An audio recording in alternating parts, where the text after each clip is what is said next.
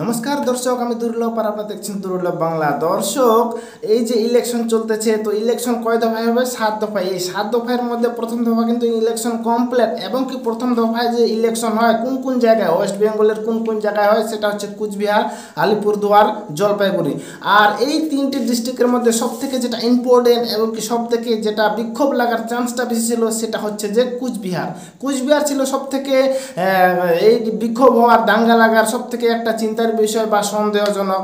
কিন্তু এর আগের বছর হয়েছিল শীতলকুচিতে, এবং কি বেশ কয়েকটা লোক আর্মির গুলিতে, জওয়ানের, কেন্দ্রীয় জওয়ানের গুলিতে কি হয়, মারা যায়, নিহত হয় আর কি, কিছু কিছু আহতও হয়। তো সেটা ছিল একটা বিশাল একটা দুর্ঘটনা, এবং কি সেটা নিয়ে অনেক হইচই হয়েছিল। এবং কি এইবার যে ভোট হলো, এটাও কিন্তু মানে এই শীতলকুচিতে ঘটেছিল আর কি, এটা যাতে না হয় সেটা করার জন্য কিন্তু সেখানে বিশাল অনেক কেন্দ্রীয় বাহিনী সেখানে নিয়োগ করা হয়েছিল। তার জন্য এইবার 2024-এ যে ইলেকশনটা হলো একদম ভালো হয়, মানে আগের তুলনায় একদম 100% মানে ভালো হলো আর কি। এত ভালো এর আগে কুচবিহারে ভোট হয়নি।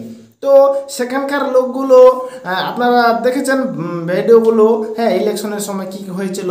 তবু একটা ছোট্ট করে বলি, সেটা হচ্ছে যে ইলেকশনের সময় এই যে টিএমসি থেকে বেরিয়েছিল উদয়ন গুহকে সেখানকার স্থানীয় মহিলারা সে ভোটের যেখানে বুথ আর কি, বুথ কেন্দ্রের আশেপাশে ধারে কাছে যেতে দেয়নি, তাদেরকে ঘিরে রেখেছিল। এই উদয়ন গুহকে, টিএমসির যিনি ক্যান্ডিডেট আর কি, ওনাকে ঘিরে রেখেছিল সেখানকার স্থানীয় মহিলারা, এবং কি শেষ পর্যন্ত তাকে তাড়িয়ে দিয়েছিল। মানে সেই মহিলাদের ভয়ে সেই জায়গা থেকে চলে যায়, যেখানে ভোট হয় সেই জায়গাটা ছেড়ে চলে যায় উদয়নগড়। তো সেই হিসাবে দেখা যাচ্ছে যে সেখানকার মহিলারা, সেখানকার গ্রামবাসীরা জেগে উঠেছে, এবং কি কে যে কীরকম অত্যাচার করেছিল, বা যে অত্যাচার করবে, যে অত্যাচার করার, বিক্ষোভ লাগার, দাঙ্গা লাগার চান্স বা সন্দেহজনক থাকবে, তাকে কিন্তু মহিলারা সেখানকার ঢুকতে দেয়নি। এবং কি খুব সঠিকভাবে ভোট হয়েছে, এবং কি সঠিকভাবে ভোট হওয়ার পর সাধারণ মানুষ নিজের ডিসিশন, নিজের ভোটটা নিজে দিতে পেরেছে। এবং কি হয়তো যেহেতু দিতে পেরেছে, তাহলে রেজাল্টটা ভালোই হবে, কারণ তাদের স্বাধীন মতো ভোট দিয়েছে, এটা একটা বিশাল ব্যাপার। আর ওদিকে বিজেপি থেকে যিনি ছিলেন নিশীথ প্রামাণিক, তিনিও বলেছেন যে এইবার যে ভোটটা হলো সব থেকে এটা বেস্ট ভোট হলো, এর আগে এরকম ভোট শান্তিতে হয়নি।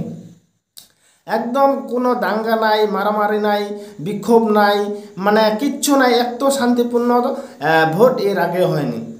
এই যে শান্তিপূর্ণ ভোট হলো, এবং কি উদয়ন গুহকে ঘেরে রাখা, তাড়িয়ে দেওয়া সেখান থেকে, এই ঘটনাগুলো দেখে আমাদের পশ্চিমবাংলার মুখ্যমন্ত্রী মমতা বন্দ্যোপাধ্যায়ের মাথা কিন্তু আরও টেনশন বেড়ে গেছে, অভিষেকের কিন্তু টেনশন বেড়ে গেছে। কারণ তারা তাদের টার্গেট ছিল যে দাপট দেখিয়ে, সেখানকার গ্রামবাসীদের লোকদের ভয় দেখিয়ে সেই ভোটগুলোকে করা, মানে ভোটগুলোকে নিজের আওতায় বা নিজের হেফাজতে আনা। কিন্তু দেখলো যে না, গ্রামবাসী জেগে উঠেছে, এখন তাদেরকে দাপট দেখা খুব মুশকিল, দাপিয়ে রাখা খুব মুশকিল, বা দাপিয়ে রাখা যাচ্ছে না। তখন কিন্তু এইগুলো খবর শুনে ওদিকে মুখ্যমন্ত্রী একদম টেনশন। কারণ এইবার যদি মানে প্রথম দফায় যদি এরকম হয়, তাহলে আরও যে বাকি দফাগুলো আছে, তাহলে সেগুলো কীরকম হবে ভাবুন দর্শক। এবং কি মুখ্যমন্ত্রীও ভাবছে যে প্রথম দফায় যদি আমাদের, মানে বুঝতে পারছে যে ভোট শান্তিপূর্ণ মানে কি লোক ক্ষিপ্ত হয়ে আছে তো রাজ্য সরকারের প্রতি। তার জন্য এবার হয়তো বিজেপিকে ভোট দিয়েছে অনেকেই, বা বেশিরভাগ বা সবাই, এভাবে হতে পারে। আর তাছাড়া উদয়ন গুহকে সেখানকার স্থানীয় লোকেরা, মহিলারা ঘিরে রাখা, সেখান থেকে তাড়িয়ে দেওয়া, এগুলো দৃশ্য দেখে, এবং কি আরও ছোটোখাটো, আর যেভাবে কেন্দ্রীয় বাহিনী মোতায়েন ছিল, সেখানে দাঙ্গা লাগার একদম চান্স নেই।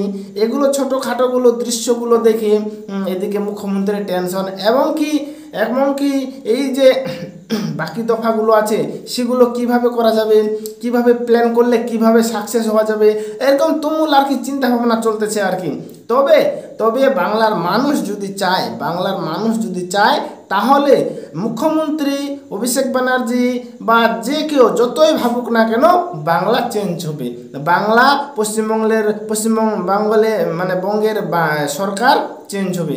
এতে কোনো সন্দেহ নেই। যদি বাংলা মানুষ জেগে ওঠে, বাংলাভাষী জেগে ওঠে, তাহলে পশ্চিমবঙ্গের বা বাংলার যে সরকার আছে অবশ্যই চেঞ্জ হবে। কারণ যেভাবে আমাদের পশ্চিমবঙ্গের পশ্চিমবঙ্গ সরকার যারা মানে অপরাধী, যারা ধর্ষণ করছে, যারা গুলি চালাচ্ছে, যারা অপরাধী, যেভাবে তাদেরকে সাপোর্ট করছে, সেহেতু এই রাজ্য সরকারটাকে অবশ্যই চেঞ্জ করা দরকার। না হলে সাধারণ মানুষের কোনো হচ্ছে না, মানে আর কি রায় পাচ্ছে না, বা যে অপরাধ করেছে সে শাস্তি পাচ্ছে না। তো এক্ষেত্রে সরকার কিন্তু অবশ্যই চেঞ্জ হওয়া দরকার। আর তাছাড়া যেভাবে প্রথম দফায় কুচবিহার, আলিপুরদুয়ার, জলপাইগুড়ি এই 3টা ডিস্ট্রিক্টে ভোট হলো এবং শান্তিপূর্ণভাবে হলো, তাতে দেখে আমাদের মুখ্যমন্ত্রী আরও একদম টেনশন। তো দর্শক, যেভাবে শান্তিপূর্ণভাবে হয়েছে কুচবিহার, আলিপুরদুয়ার, জলপাইগুড়ি, বাকি বুথগুলো, বাকি যে ইয়েগুলো আছে ভোটার মানে ইয়েগুলো, সেখানেও হয়তো ভালোভাবেই হবে আমি আশা রাখছি। আর এর পরবর্তীকালে রায়গঞ্জ, বালুরঘাট আর কি যেন আরেকটা আছে, সেখানেও হবে। আর তবে বালুরঘাটের দিকে একটু সন্দেহ আছে, কারণ ওদিকে একটু ক্যাচাল লাগে। তবে আশা করি এই 3টা জায়গায়, এই 3টা ডিস্ট্রিক্টে সেভাবে হবে না, মানে বিক্ষোভ বা হাঙ্গামা দাঙ্গা এগুলো হয়তো হবে না, তবে হলেও সামান্য কিছু হতে পারে, তবে সেরকম কিছু হবে না। তবে মেন যেটা ছিল কুচবিহার, সেটা ভালোভাবে পার হয়ে গেছে।